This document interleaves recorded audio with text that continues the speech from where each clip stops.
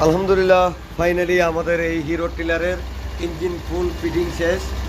আমরা এখন এটাকে স্টার্টে রাখছি।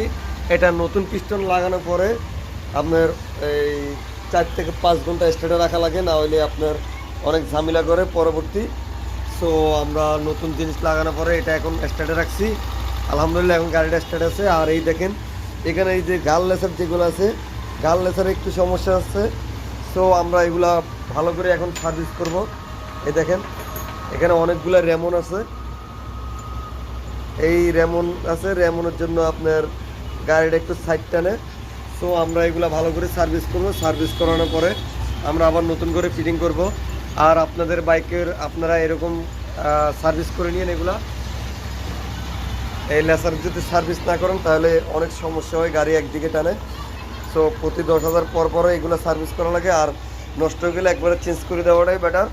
সো আমাদের এগুলো তেমন নষ্ট হয় নাই, এগুলো সার্ভিস করে দিলে হবে। ধন্যবাদ, সবাই ভালো থাকবেন। আমরা আরও অন্য অন্য ভিডিওতে দেখাবো এই গাড়িটা কীভাবে কাজ হয়েছে। ততক্ষণ ভালো থাকবেন। ধন্যবাদ, আল্লাহ হাফেজ।